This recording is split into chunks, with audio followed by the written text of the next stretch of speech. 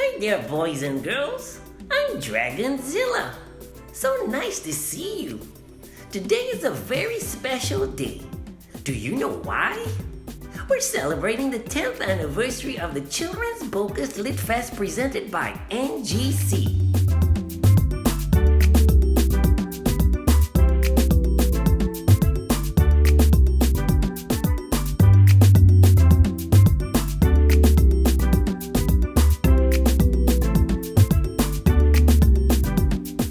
Today you'll see the first part of our 2021 children's program.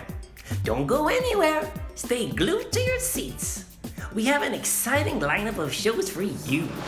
The first feature is an animation based on our folklore. It's called Lagahoo in the Lagoon.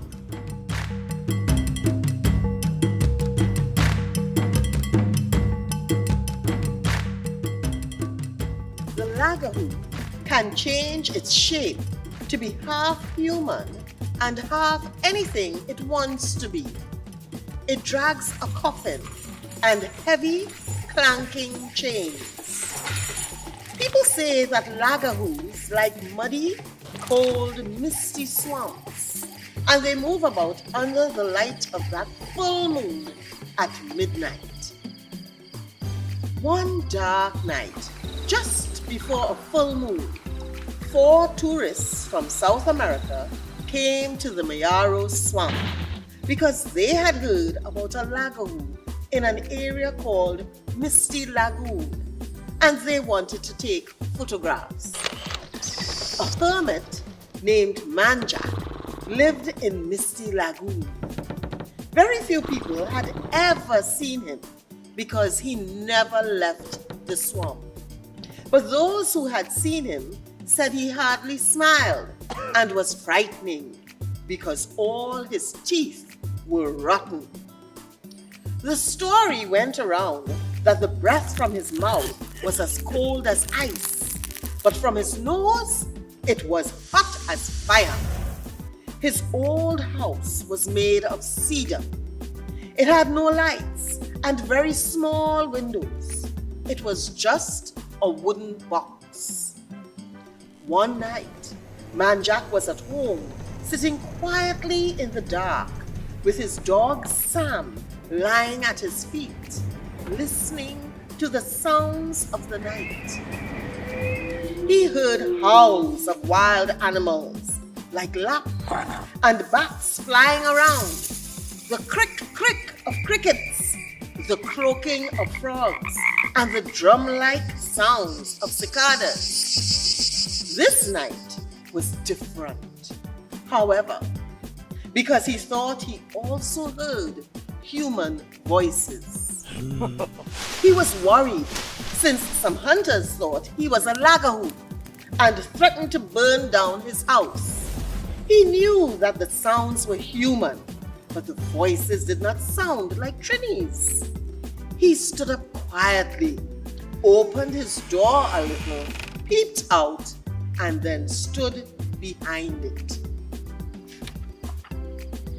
He did not know that 4 tourists had come to Misty Lagoon and that 2 of them had gone back to their car to get replacement batteries for their torchlights and lost their way. By then, the moon was bright and the men had stumbled upon Manjack's house. They knocked on the door. Nobody answered, but the door squeaked open, so they entered. The cedar floorboards creaked, and in a moonbeam coming through a small window, they could see a snake moving across the floor. One man let out a sudden high-pitched scream, "Ay! Socorro!" and ran out of the open door. The other one turned around, and in the light of a moonbeam, he saw Manjack standing there with a cutlass in his hand, with Sam at his side. Sam bolted outside and disappeared in the dark, chasing the man who screamed and ran like lightning. The other tourist was trembling. He peed his pants and froze with fright. He was sweating. His eyes stared straight ahead. Manjack passed the tourist, who stood as still as a statue, and walked through the open door. He was very angry. After a little while, the other man returned with his two friends. They heard howling, screaming, and barking. They thought that Manjack was a Lagahoo and had captured their friend. They stopped when they saw a chain tied to a tree, which they thought was getting taller by each second, but realized that they were standing in quicksand and were sinking. Manjack suddenly appeared and they panicked, but he threw them the chain so that they could pull themselves out. They greeted him. Buenas noches, gracias, gracias. We were looking for the Lagahoo and got stuck in that mud. Manjack grinned his terrible teeth at them, and they were almost convinced again that he was the Lagahoo. He invited the tourists back to his house, where their friend sat quietly in his wet pants. I will show you how to see the Lagahoo that passes here on nights like this, Manjack said. He told them to look through a special hole in the right side wall of the house. The four men rushed to look through the hole. One saw half man, half wolf. One saw half man, half goat. One saw half man, half horse. The other saw an old man with a cayman head. All four saw something different, but each mysterious creature pulled chains tied to a coffin. The men turned to tell Manjack what they saw and faced a half human, half tiger. They sped out the door and never stopped running until they got to their car.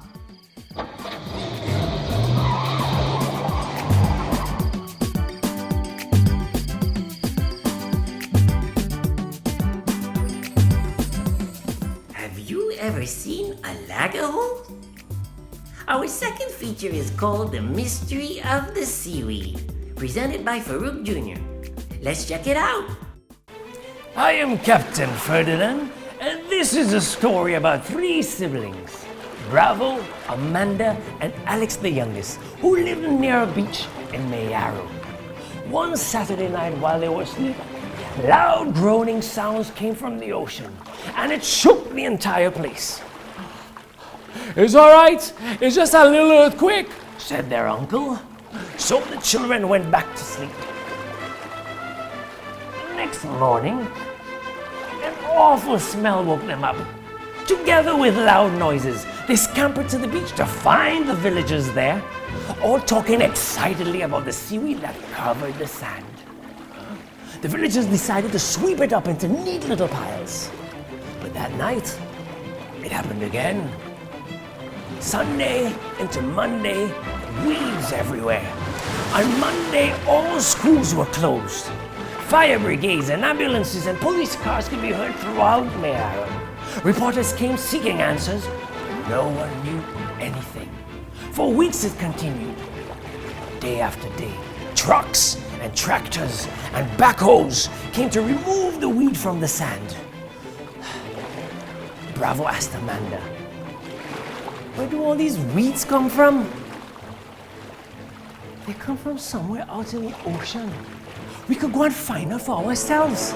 We could borrow Uncle's boat and go and see." "No way," said Bravo. "But we have to find out." She thought. "There's a council meeting tonight at 8 p.m. sharp, and Granny goes to bed early." "Ta-da!" "Fine," said Bravo. "I'm taking Alex too." So that night, the children tied their uncle's flashlight to the front of the boat, and they set out on their journey. Away from the shore, they started the engine. The night was cold and dark, And suddenly, something pulled the boat forward, and it went faster and faster. I want to go home, said Alex. Me too, said Bravo. Maybe this wasn't such a great idea, said Amanda. Just when she said that, the engine to the boat cut off. We ran out of gas, said Bravo. The frightened children hugged each other. Just then, the boat hit something and rocked wildly. Bravo adjusted the light at the front of the boat. It's land, he said. The children scampered out of the boat, but they realized this was not Mayaro. But what they saw next was something fantastic. They saw a bright blue waterfall trickling down into a lovely pool surrounded by tall coconut trees. Beside it, they saw a man with fishtail for feet. He did not notice them. The children hid.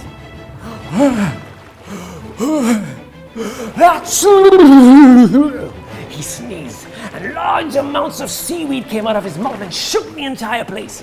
So that's where it comes from, shouted Amanda.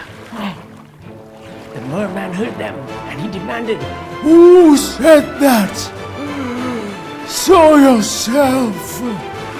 The children realized that this was the sea king that the villagers told stories about. They thought and decided to tell him why they were there. After listening to their story, the sea king replied, Humans have thrown so much garbage into the ocean that the rubbish has raised my home from the bottom of the ocean to the top. I am not feeling too well. I will not live for very long. We could tell the villagers about keeping a clean beach, said Bravo. Yes, and I will draw don't litter signs and put it up everywhere, added Amanda. Just then, Bravo picked some peppermint leaves from a bush and made some tea for the king. That's my granny's recipe for the flu, Bravo said with a smile. The sea king took the drink, drank it, and smiled. For your help, I will grant you one wish. The children thought, and they all decided that they wanted to return home without being punished. In the blink of an eye, they were back in their beds. The next morning, when they woke up, they realized that there was no seaweeds on the beach. So the children talked to their parents about keeping a clean beach. Their parents promised to bring it up at the council meeting later that night. Just when they were about to sit for breakfast, they heard the voice of their uncle yelling outside, Hey! Who tied this flashlight to the front of my boat?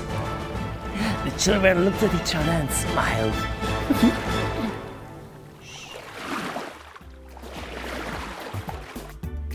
Remember, kids, to always throw your trash in the bin. Now we have a segment called Reading with Dragonzilla. The name of the story is Lost in Juve. Will you read with me? Awesome! Lost in Juve.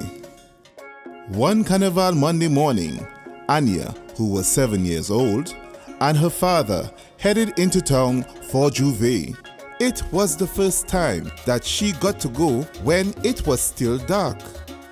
In Juve, you could meet Jab-Jabs, Blue Devils, Midnight Robbers, Muddy People, Sailors, Dragons, and tall Moko Jumbies. There are people throwing colored water and a lot of noise. Whistleblowing, shucks shaking, and loud drumming steel pan music pounding like the beat of your heart.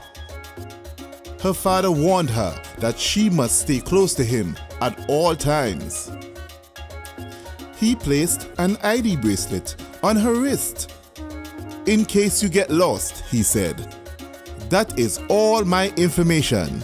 Cell phone, name, everything. Just look for a police officer and show him this bracelet. They will find me. Do not be afraid. The first character she saw was Bookman, who was dancing nearby. He carried a big book. when he leaned forward to ask her name to enter into the book of souls for the devil, all Anya saw was the face of an angry red devil on his head. Anya screamed in fright and started to cry. "Stop crying," her father said, and got her something to drink. In the dark streets filled with people, she saw a band of devils with horns on their heads. There was so much whistleblowing, noise, and fire. Sweaty, blue, red, and black oily bodies swept past her, wriggling to the sound made on old biscuit tins. It was like a bad dream, and Anya felt lost. Anya's father was enjoying the festivities and was unaware of her anxiety in the midst of the bacchanal. Suddenly, a man staggered in front of her. She gasped, letting go of her father's hand.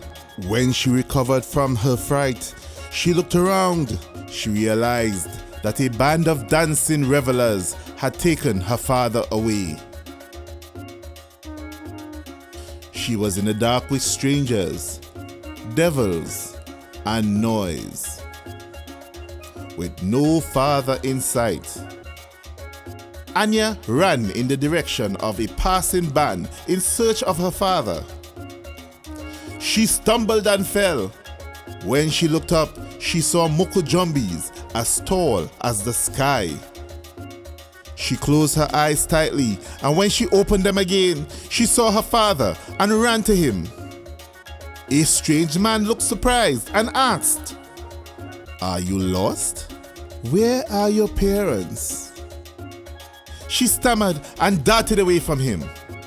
She remembered the band on her wrist and what her father had told her about finding a police officer should she get lost. She began looking for a police officer. Suddenly, she saw her aunt, who was covered in mud and oil, except for her face. "Auntie," she bawled. Her aunt pulled Anya close to her, asking, "Why are you alone?"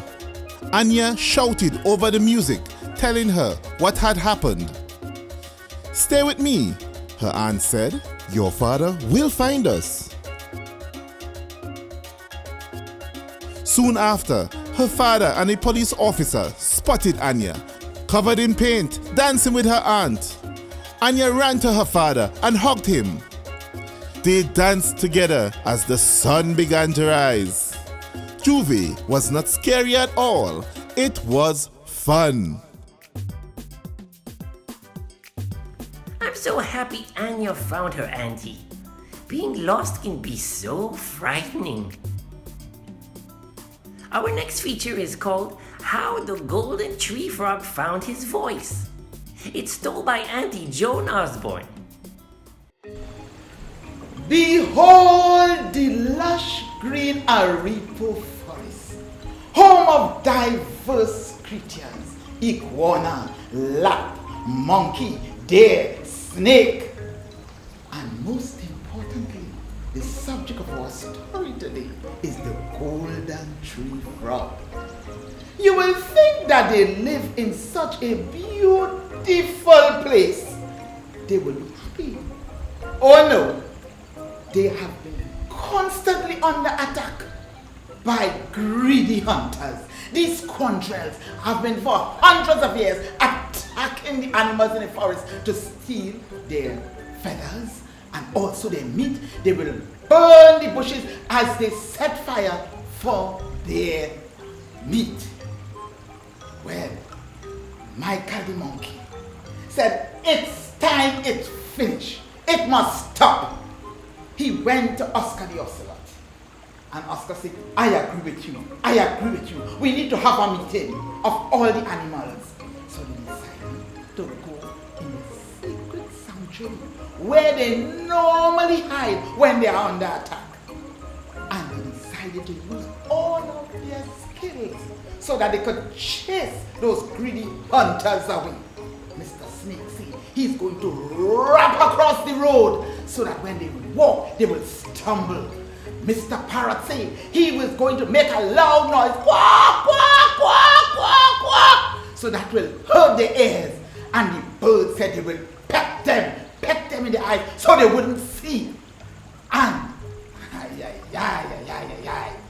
then the spider said they're going to weave a web so it will tie them up. They decided to make a plan. On the appointed night, when there's no full moon, when the hunters can't see nothing, they will make the attack. When the night time came, at the appointed day, the hunters as usual come into the forest.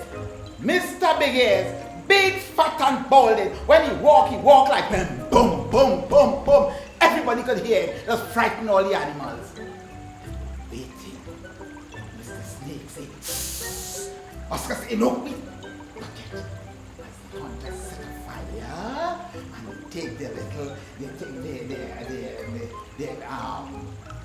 kerosene, they throw it on the wood, and they make it up and light a fire. The whole forest is light, but they could not see the animals waiting in the bushes. Suddenly, Mr. Oscar began to make his growling noise. Oscar the Ocelot.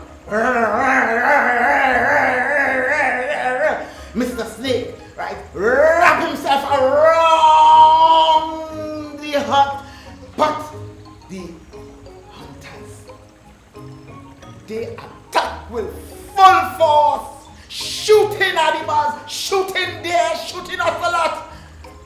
They were hopelessly outnumbered. Then suddenly, in order to cover their work, they set the whole forest afire. The animals were in despair. They were crying, oh God, help us, help us. Suddenly a rain came down and drenched everywhere. In their tears, the work they did not Lizzie, the golden tree frog, slip away to one called Papa, because she could not do anything. She said, Papa is the only man for this. When she told Papa was enraged. He said, don't worry. He made a secret call to all the animals in Trinidad and Tobago, in every forest, began making their way up to Aripo. And Papa led with his army of Sukuya with the golden light going up into the forest, Lagahoo and Sukuya and Mamadelo and Duen. The noise when they got to the hunters had their guns, so they were not afraid. They began shooting at Papa Bois. Bam, bam, bam! So scared when the bullets began bouncing off of Papa Bois as they came moving forward. Papa and his whole army of folklore characters. Well, hunters this time get so frightened, they dropped their gun and began to run and scream, ah, ah, ah, ah, ah, like babies out of the forest. Papa was, listen, the golden tree frog, I am going to make you the guardian of this Aripo forest. All the animals cheered. You are our hero, you are our hero, you saved us, you saved us. That day forth, any time you enter the forest, you realize you hear a song of the golden tree frog. That is the reason that they are a guardian of the Aripo forest. It's so amazing how a small positive action can have such a wonderful and big impact. Now we're going to have a reading done by Summer Edward. The name of her story is The Wonder of the World Leaf.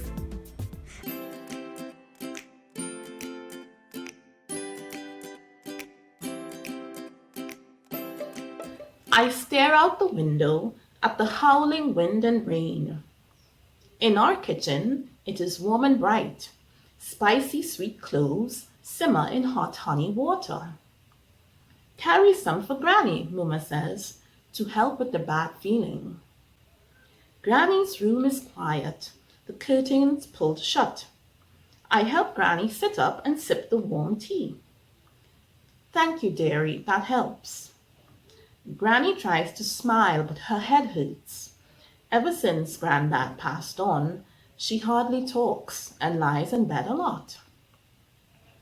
In school, it's hard to pay attention. We are learning about a plant called Wonder of the World. Everyone gets a leaf to put inside their copybook. This is a very special leaf, Miss says. It can grow into a new plant just like a seed. Miss teaches us about bush medicine. Long ago, plants like the Wonder of the World were used to help sick people get better. After school, I show Muma my leaf. What do you know about Wonder of the World, child? Muma says, chuckling. That is thing from before time. It could cure sick people like Granny, I say. Well, it might work, Muma says, but you need plenty of leaves. So that's a short excerpt from The Wonder of the World Leaf, my new book, illustrated by Sayeeda Ramdial. I hope you will keep reading to find out if Wygenia succeeds in finding a Wonder of the World plant, and if she's able to make bush medicine that can make Granny feel better. Have you ever seen a Wonder of the World leaf? Up next, we have another reading, this time by Yolanda T. Marshall. The story she'll be reading is called My Soca Birthday Party. Hi, I am Yolanda T. Marshall, a Guyanese-born Canadian author of picture books representing children of Caribbean heritage. And I am excited to share my recent release with you, My Soca Birthday Party with jollof rice in steel pans. And what a perfect way to celebrate the Children's Bocas Lit Fest on its 10th anniversary.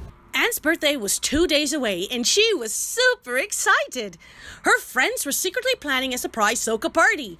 Anne loved soca music like her Caribbean parents, Binta announced. She had appointed herself as the planner. Let's confirm our responsibilities. What will each of you bring to the party?